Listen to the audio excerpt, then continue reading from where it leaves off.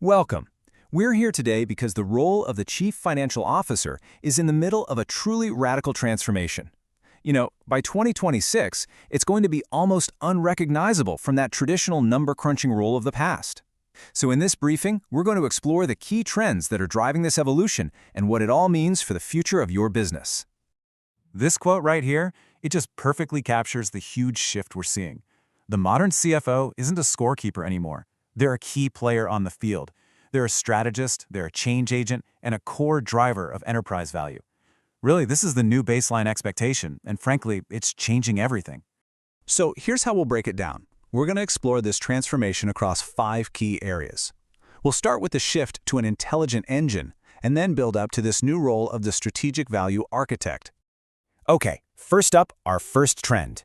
This one is really the most foundational shift of all.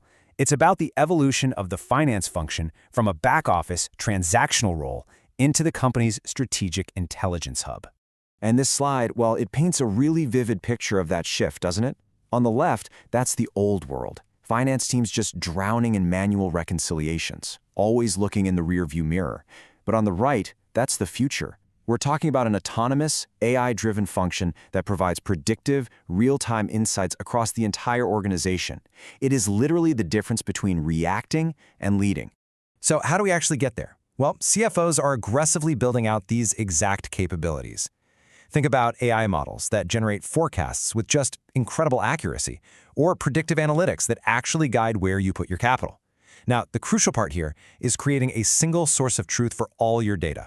Because when everyone, from sales to operations, is working from the same reliable information, decisions just get faster, they get smarter, and they're fully aligned with the company's big picture goals.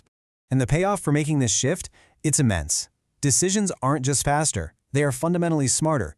Your forecasting accuracy improves dramatically. Operational costs get slashed because of all the automation, and the entire organization just becomes more agile. Able to pivot based on what's happening right now, not what was reported last quarter. So this new level of intelligence, it opens up some incredible possibilities. And that brings us directly to our second trend.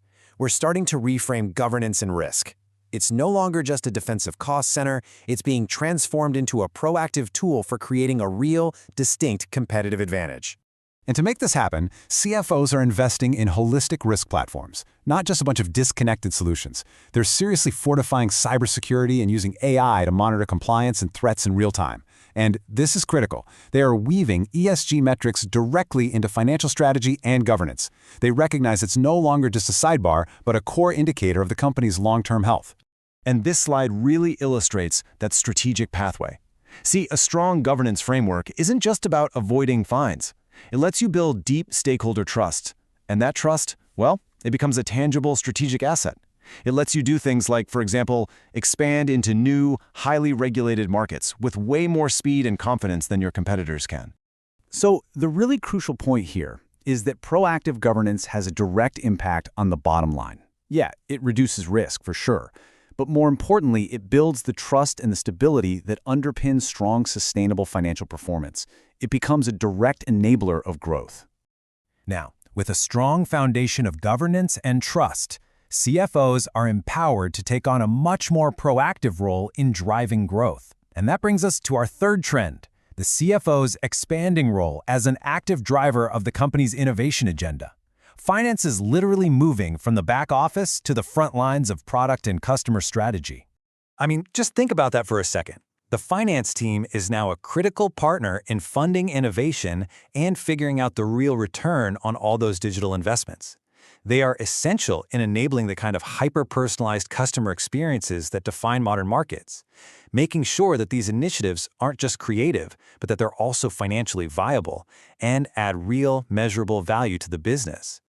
And to do this effectively, the metrics have to change. CFOs are looking way beyond the standard P&L. As you can see here, they're tracking things like time to value to measure agility, and they're directly linking new revenue streams to specific innovation projects. This gives a much clearer, much more honest picture of what's actually driving growth. And the result of all this? Well, when finance is actually embedded in the innovation process, the whole organization just moves faster. Products get to market quicker, revenue opportunities are seized, and the company builds a powerful competitive moat based on a superior customer experience and genuine agility. Now, innovation is absolutely key to staying ahead, but it's not enough. In today's volatile world, resilience is just as critical. Our final trend addresses this new reality head-on. The CFO is now the primary architect of enterprise resilience, responsible for making sure the organization is prepared for whatever the future holds. And this is all about being proactive, not reactive. CFOs are leading advanced scenario planning to model all kinds of different economic and geopolitical futures. They're partnering with operations to build flexible, resilient supply chains, and they're ensuring proactive liquidity management to weather any storm. And notice, ESG is once again a strategic component, not just some box-ticking exercise. This chart gives you a really clear sense of where that focus is going. Look at that. A huge portion of effort, 40%, is dedicated to scenario planning, to rigorously understanding the different futures the business might face.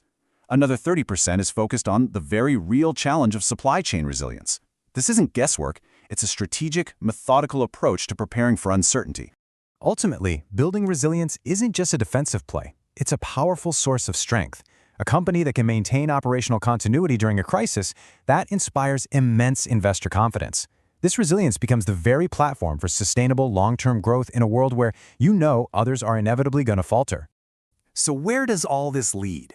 When we put all these powerful trends together, the shift to intelligence, governance as an advantage, innovation as a driver, and resilience as a foundation, we arrive at a new, unified identity for the modern finance leader. And this right here is the ultimate takeaway. The CFO of 2026 is a strategic value architect. This isn't just a new title, it's a completely new mindset. They are no longer just managing the finances of the business as it is today. They are actively designing and building the enterprise of tomorrow. And these are the core competencies that make it all possible. A strategic value architect has to lead enterprise-wide transformation, they have to actively drive innovation, build deep resilience, and strengthen governance as a competitive tool. And underpinning all of it is a mastery of AI and advanced analytics. This is the new blueprint for leadership in finance. So I will leave you with this one critical question. As you evaluate your own organization, consider whether your finance leadership is truly equipped for this future. Are they architecting value, or are they simply balancing the books? The answer to that question will be fundamental to your success, not just in 2026, but for the entire decade to come.